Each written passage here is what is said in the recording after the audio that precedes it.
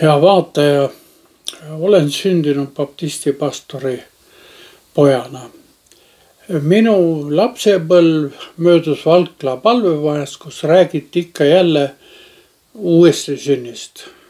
Tundsin ennast alati kuidagi kohmetuna, sest minuga polnud seda ju veel juhtunud. Kõik nagu oodanuks midagi, aga mida, sellest ma ei saanud ise ka päris aru. Vahel nimetati seda asja uuesti sünniks, vahel ka ülevalt sünniks, vahel oma elu Jeesusele üleandmiseks. Päris hästi, nagu juba ütlesin, ei saanud aru. Minu elu kulges vanemate õdede ja külapoiste juhtimise all. Viimane oli eriti kahtlane, sest see tõi kodus kaasa igasuguseid sekeldusi. Nii hakkas noorel hingele kasvama pika peale selline vastik koorem peale. Asjad ei olnud päris nii, nagu nad oleksid ja võinuksid olla. 1958. aasta märtsikuu õhtul laenas isa kolhoosi tallist hobuse, rakendas selle ree ette ja kutsus mindki kaasa. Sõit läks üle kuupaisteliste lumiste loopealsete Rummu Palvela poole.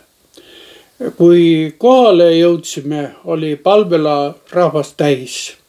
Isa ja keegi veel jutlustasid patust ja andestusest ja elu Jeesusele andmisest. Korraga tundsin, et mina olen kindlasti üks neist patustest. Ja kui koosoleku lõppedes paluti nendel, kes tahavad oma elu Jeesusele anda, käsi üles tõsta, tõstsin mina ka selle arglikult üles. Vennad tulid mu juurde ja nii ma siis palusin oma esimese patuse palve. Jeesus, anna mulle mu patud andeks ja tule mu südamesse. Kui palve sai palutud ja vennad küsisid, kas nüüd on rahu südames, siis nii see oligi.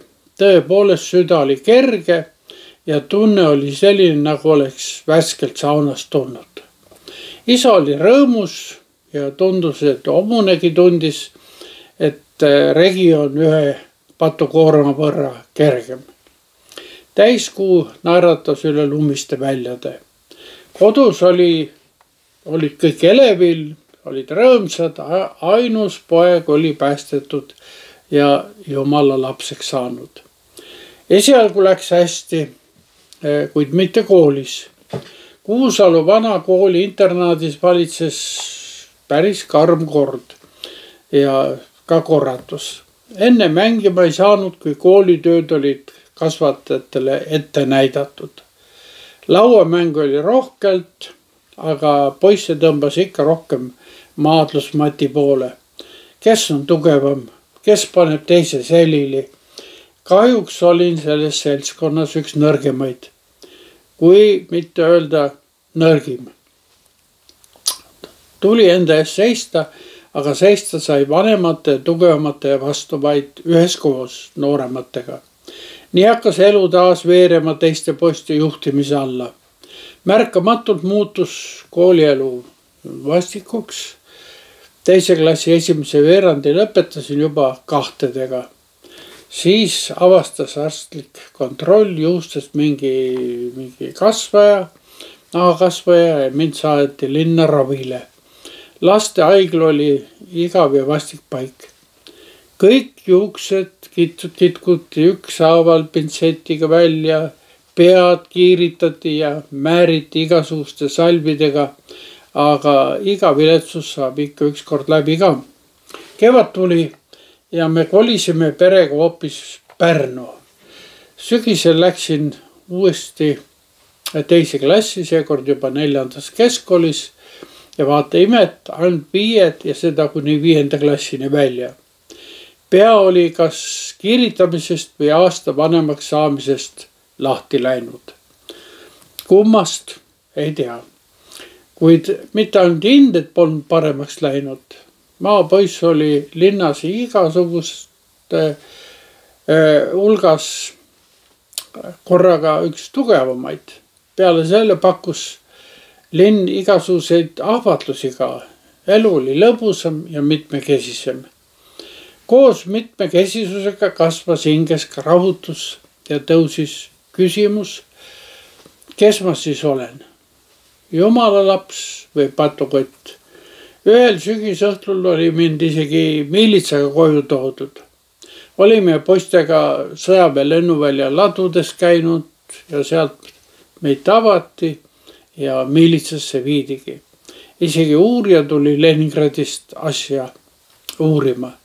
Õnneks võttis kool meid käendada ja elu veeres enam-vähem normaalselt edasi. Aga küsimusi hinges ikkagi kerkis, mis mu elust nii saab, kui see nii edasi läheb. See võib isegi vanglaga lõppeda.